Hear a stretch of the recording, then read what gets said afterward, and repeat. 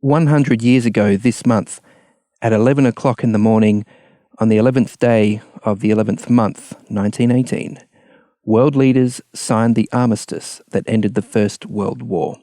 It was a war that was a baptism of fire for the newly established nation of Australia, a war we're still trying to make sense of today. So let's separate the myth from fact and try to learn the lessons behind those three powerful words, lest we forget. This is Signs of the Times Radio with Kent Kingston.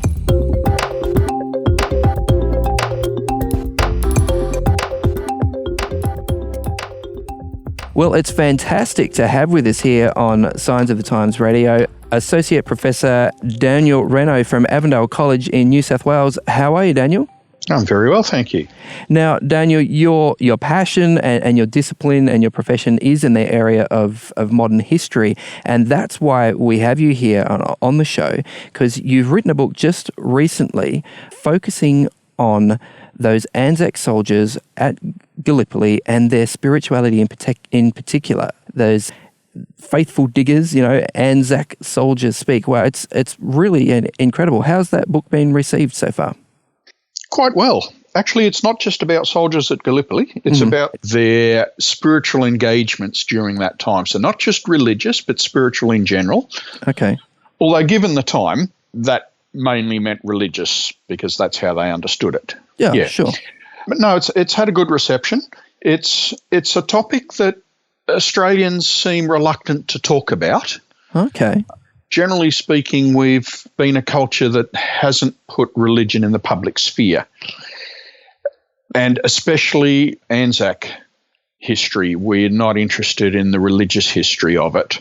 That's really interesting that you say that, Daniel, because I think out of all the trends that we've seen towards secularism in Australia over the last few decades, one trend that we did see, probably during the Howard years in particular, was the spectacle of young people going to Gallipoli as a sort of a pilgrimage, really. Absolutely. It was a very spiritual event. I mean, we have Australians of all stripes, gathering there on Anzac Day, hearing the, Jesus' words spoken, greater love hath no man than this, and he laid down his life for his friends, and, there are hymns and there are prayers and there are all sorts of things, and yet you say people don't want to talk about the spiritual side of the war and the First World War experience. How does that work?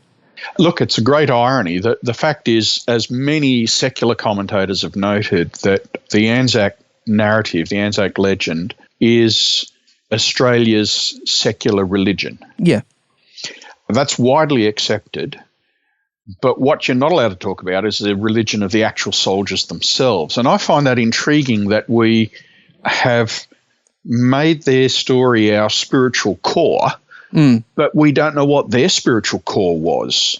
And so this investigation for me was going, so what did they do spiritually? What did they think? What did they believe? How did they respond in the spiritual sphere to the experiences of the Great War? If we're going to base our national spirituality on the Anzacs, it'd be a darn good idea to know what their spirituality was. Yeah, fair enough. Absolutely. But before we answer that question specifically, though, I'd just like to take a little bit of a step back because, look, I loved history in high school. Not everyone did. Not everyone's sort of into history. So just help us a little bit to understand, what sort of people were the soldiers of that first Australian Imperial Force? Like, were these young guys, working class guys? Were they conscripts? Give us a little bit of a picture. Okay. They represent a cross-section of Australian society. Mm-hmm. The majority of them, probably 4/5 of them, came from towns and cities. Mm-hmm. So the bush Anzac is a little bit of a myth. Okay. About 1/5 of them were from the bush. And that's quite simple. 4/5 of Australians lived in towns and cities at the time. Yeah. So they're everyone from the illiterate working classes through to the snobs of society, and they were often in the same unit.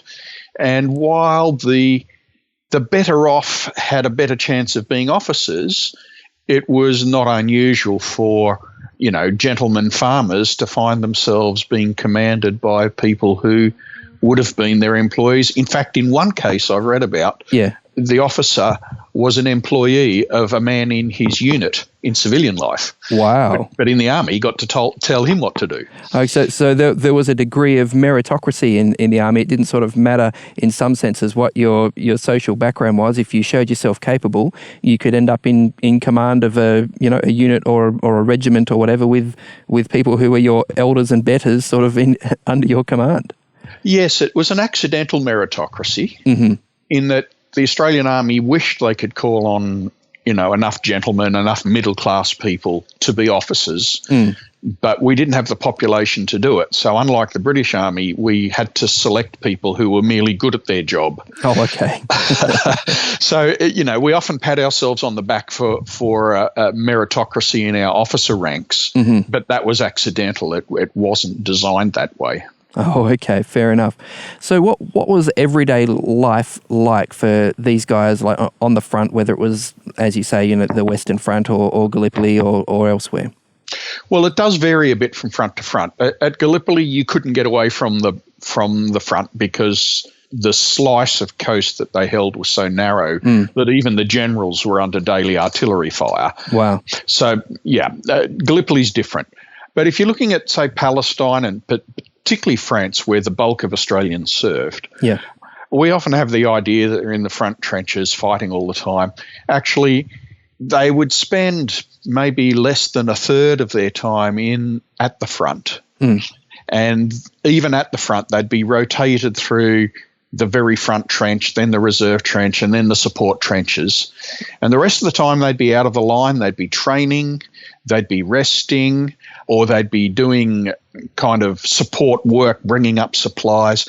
But they found that if they kept soldiers actually in the trenches for too long, their fighting capacity generated real quickly. So right. My dad, who experienced the Vietnam War in the French army before the war that we know of, used to tell me that war was 99% boredom, 1% terror. And I think that's probably a fair description for the Anzacs as well. Wow, okay. So, look, obviously at the time, Australia was a very strong Christian country, at least nominally. Most people sort of went to church and identified, as Anglicans or Roman Catholic or whatever. How did that translate to the life in the trenches? Okay, I read probably one of our best Anzac historians recently, Peter Stanley, said that Australia at the time was a church-respecting rather than a church-going country. Right, okay. Probably about 25 to 30% of people had some sort of regular connection with church.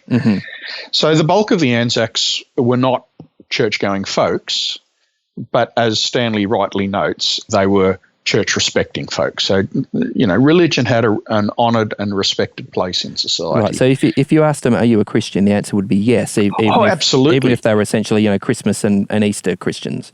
Yes, and sometimes not even that. Sometimes they were birth, marriages and deaths Christians. Oh, okay. But most Australians probably would have felt insulted if you described them as not being Christian, because they associated Christianity with a basically British outlook on life, which suggested that they were, good people with high morals. And so it described a lifestyle rather than a particular set of theology or doctrines.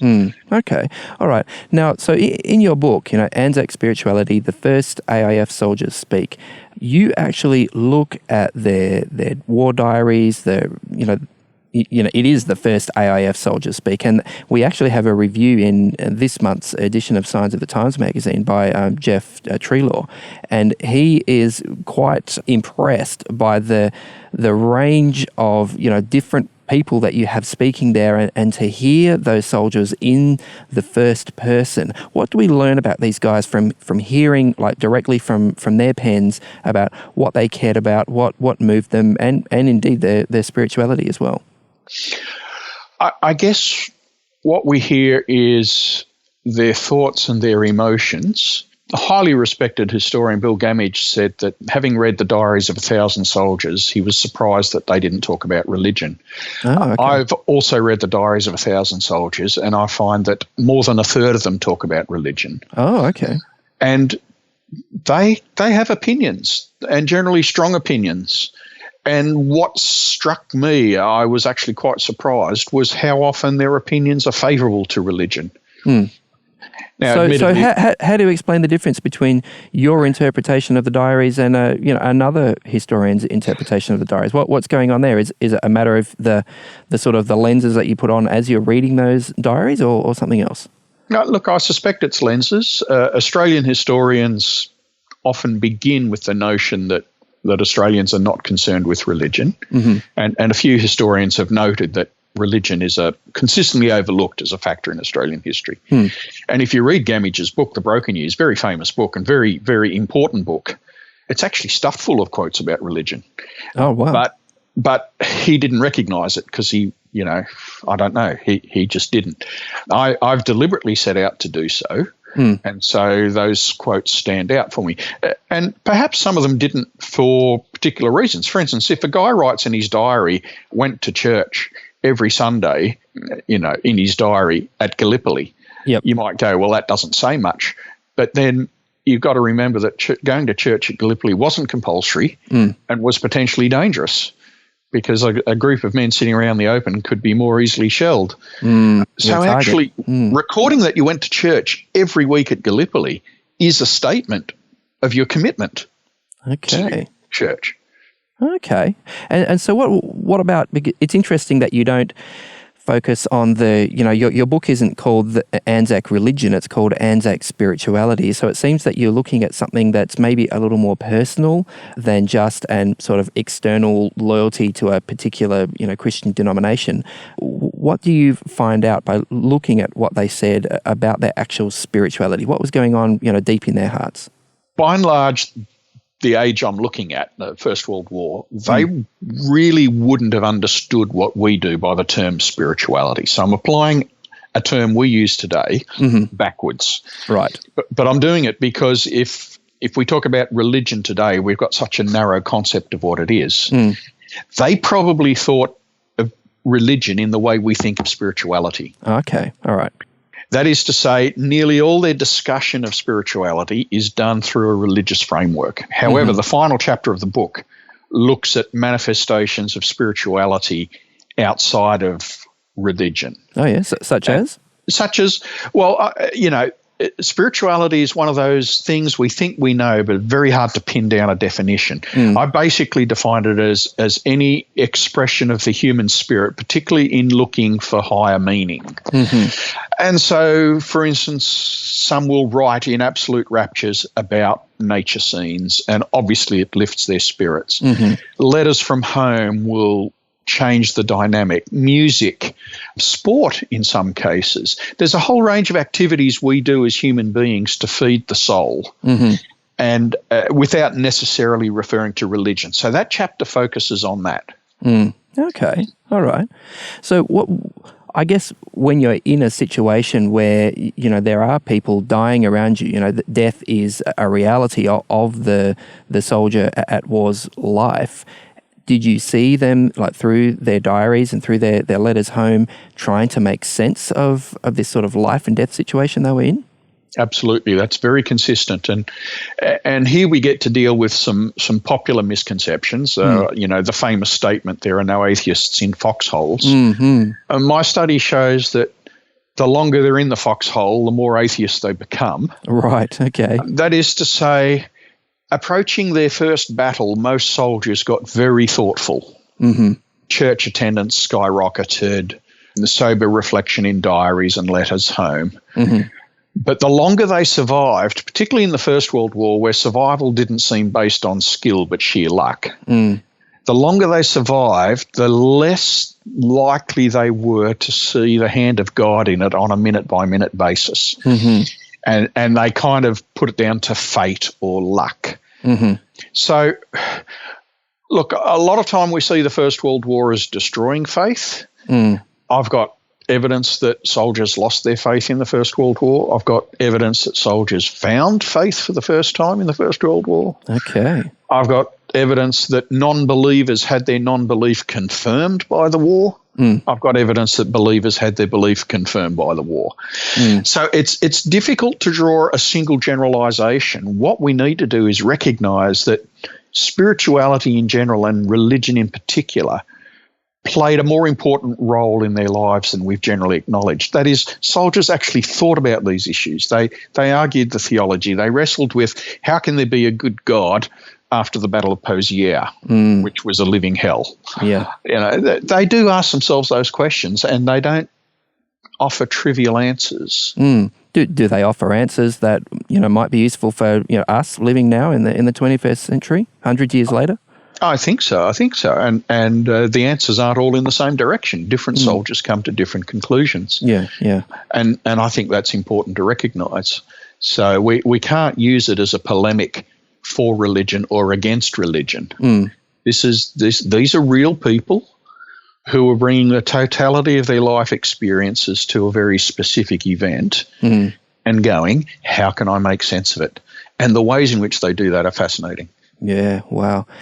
Now, it's interesting that you sort of hint at the randomness of, what one day you could be fine, you'd be a fine, upstanding bloke, and the next day you're sort of dead. There was this sort of randomness to it. There's no rhyme or reason. As you say, it seemed like fate or luck rather than some sort of grand plan was at work. I guess thinking about the First World War in general, it's a war that I guess we're still struggling to make sense of, like, why did it even happen? Was there even a good reason for it? Christian theologians have long had this idea of a just war theory, where, there are certain times when you actually need to go and stop Hitler or stop, whatever dictator or ISIS, or it sort of makes sense. But the First World War kind of doesn't, in a way. Did we see soldiers in the trenches sort of dealing with these larger issues of ethics and why they were even there? Yes, but probably not as many as we might expect. For a start, they came to the war with a very different mindset than we have today. They grew up in a culture where most people were assured that the British way of life was the best way of life. Right. They didn't really doubt that.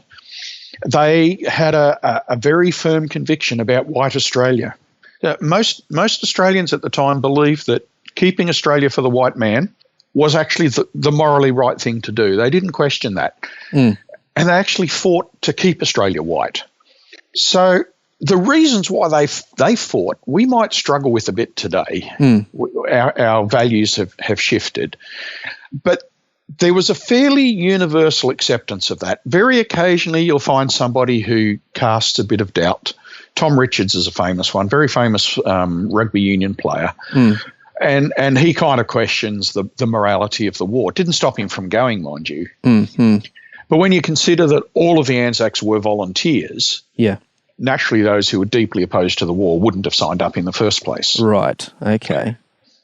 But nevertheless, I mean, that Gallipoli campaign was one of the most sort of star-crossed, military episodes ever. It was poorly planned. It was for a very poor reason and had an extremely poor result. It sort of seems surprising that the soldiers could come out of that experience sort of still, singing of king and country. But are you saying that they did? Yeah. Well, for a start, Gallipoli was far from the most problematic event in the First World War for Australian soldiers. Okay. I think if you looked at the Battle of Fromelles, the Battle of Pozieres, and the two battles of Bullecourt, the questions that they posed put Gallipoli in the shade. Oh, okay. They're far more horrific. We've just mythologised Gallipoli, but we forget that the others actually matter more. Yeah, okay. And I think actually when you look at the statistics, the largest contingent at Gallipoli wasn't Australians or New Zealanders, it was actually the British. Is that correct? Look, there are 8 or 9 different nationalities at Anzac Cove, not to speak of Cape Helles, which was almost entirely British. We've turned it into an exclusively Australian story. We've even forgot the New Zealanders who make up 2 letters in Anzac. But yeah, it was a multinational experience. Yeah, wow. Yeah. So This is really interesting, Daniel, because you, over the last several years, you've put together quite a few, books and histories and studies of the First World War. I mean, there was your book Celluloid Anzacs that looked at some of the film that survives from that time. You also did a biography of one of the Salvation Army chaplain there, William Mackenzie. The Man the Anzacs Revered is the name of that book. And now here again, we have, Anzac Spirituality, your latest book. What is it about the First World War that fascinates you, that keeps sort of bringing you back to explore that period of history? I guess partly personal, partly professional. War's always fascinated me. It's the most extreme behaviour that societies engage in collectively. And yet we do it repeatedly. It's incredibly costly, very devastating. So trying to understand that habitual human behaviour is part of what a historian does. Secondly, we've set the First World War up in Australian culture, and we've invested it with meanings and narratives that aren't fully reflective of the truth. And most of the stories we tell ourselves about Anzac have a foundation in history. What makes them mythic isn't what we say, it's what we leave out. Right. For instance, there were Bushman Anzacs, there were Larrikin Anzacs. True, but most of them were city types and town types. 1/5 of the Anzacs were born in the UK. Wow. Where are their voices in the Anzac story? The Anzac divisions were littered with accents from the British Isles, not to mention other places, New Zealand, South Africa, America, Norway, Russia. They all served. But we've turned it into an exclusively Ocker narrative. So, and were there Indigenous Australians there fighting? There were, and we're finding more and more, because at the time they weren't very clearly identified. But yes, we've identified Indigenous Anzacs who, generally speaking, were treated as equals during the war and then shunted off after the war and treated as not even second-class citizens. Wow. So basically, my studies have been asking us as Australians to rethink some of the Pavlovian responses we've got to the First World War. We hear this stuff and we react straight away. Actually, it's more complex than that. It's more sophisticated than that. And it's the silences in our history that help us distort what it really means. And I'm one of a number of historians who are trying to address some of those silences. My particular interest at the moment is the silence around religion, because we've made Anzac a religion. Well, let's find out what the Anzacs actually believed in the first place. Yeah, wow. So here we are, Daniel. I mean, I think when this interview will be heard, it will be, Armistice Day or just after it, the 11th of the 11th. And it's 100 years this year from the end of the First World War there in 1918. What do you think we should be, reflecting on as we consider, 100 years since the end of the First World War, the armistice? What's an important message do you think we need to hear at this point in history? I think it's appropriate to honour what people did on our behalf 100 years ago. I think it's important to remember the sacrifice, the cost. I think it's also important to remember that they're human. They represented their set of values, and Australia's values have shifted. And I think, in all honesty, we ought to be open about the ways in which they've shifted. Not assume that our current values are what the Anzacs actually fought for. Right. I don't think it's a problematic issue that we've idealised Anzac. I think it's problematic if we assume that the ideal is the history. Right. I think we should be able to see both of those things simultaneously without having one destroy the other. So the memorialisation of Anzac, yes, I think it's important. It's very significant. The idealisation of Anzac, of turning the Anzac narrative into what it really means to be an Aussie. That's not a bad thing. Countries should have shining ideals, and those ideals are often drawn from their history. At the same time, we need to recognise that the Anzacs were human too, faulty, flawed, diverse, we've tended to narrow them down to a single stereotype. Actually, they were far more diverse. I read one diarist who goes, we were a mixture of everything, from the vicious to the religious, from the, and he lists the different dimensions on which Anzacs fall in. If we can remember them in their rich humanity, as well as distill from their history some ideals to which we as Australians can keep striving, I think we'll have done a good thing. Okay. It's really interesting, that when it comes to, Remembrance Day, the 11th of the 11th, when it comes to Anzac Day, when you go to, just about any country town or city around Australia, you'll see a memorial there from the First World War, or the Great War, as it was called. And on all of those memorials, we had this message, lest we forget. What was the intention behind that? What were we not supposed to forget, and have we? That's a really good question, and we've rarely attempted the answer.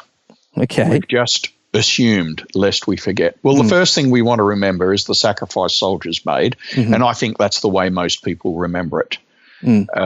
What is unusual is the degree to which the First World War entered Western consciousness.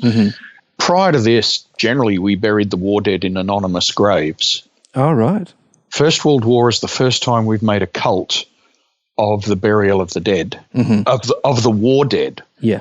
And it points to a different consciousness, an awareness that the First World War was different, perhaps, to other wars. Well, it was particularly devastating, wasn't it, really, in terms of body count, in terms of the weapons used? Yes, it was. But you see, the Second World War was far deadlier. But somehow we remember the First World War as casualties and the Second World War as outcomes. Yeah, okay. I guess I'm just reflecting, back on my high school history, just thinking, before that time it was sort of, horses and things like that, and suddenly we had trench warfare and machine guns and barbed wire and mustard gas, and all these new technological innovations just really seem to shock people. And is that what they're asking us not to forget? Wow, man's inhumanity to man, we have this incredible cleverness and technology, and we turned it on one another and destroyed one another. Is that a part of the message of lest we not forget, or am I projecting my own slightly pacifist tendencies onto it?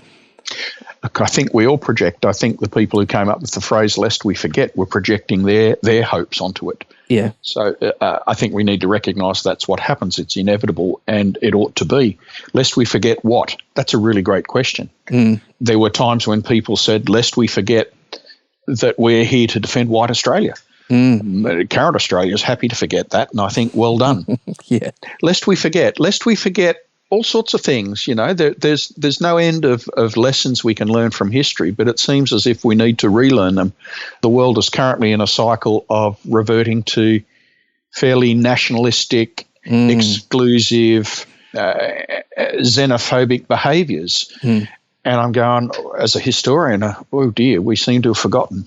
Forgotten those lessons of history. Yeah.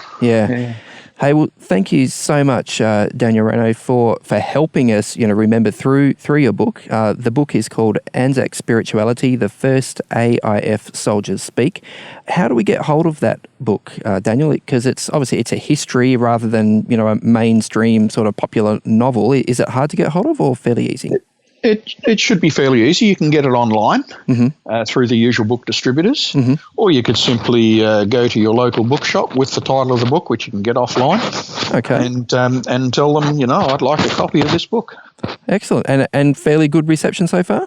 The reviews of it have been very enthusiastic. I've been very pleased. And when I've talked to audiences, I get a sense of excitement of wow, we didn't know that. That's really something we'd like to look into. So it's had a good reception. Great, yeah. Filling in those silences, like you say, filling in those gaps. Hey, thank you very much, Associate Professor Daniel Reynaud. Really appreciate your time. A pleasure. Today's episode was based on an article appearing in this month's Signs of the Times magazine. A subscription is just $26 for 11 issues a year. To find out more, visit signsofthetimes.org.au. Signs of the Times has been published in Australia since 1886 and is proudly produced by Adventist Media. This is an Adventist Media podcast.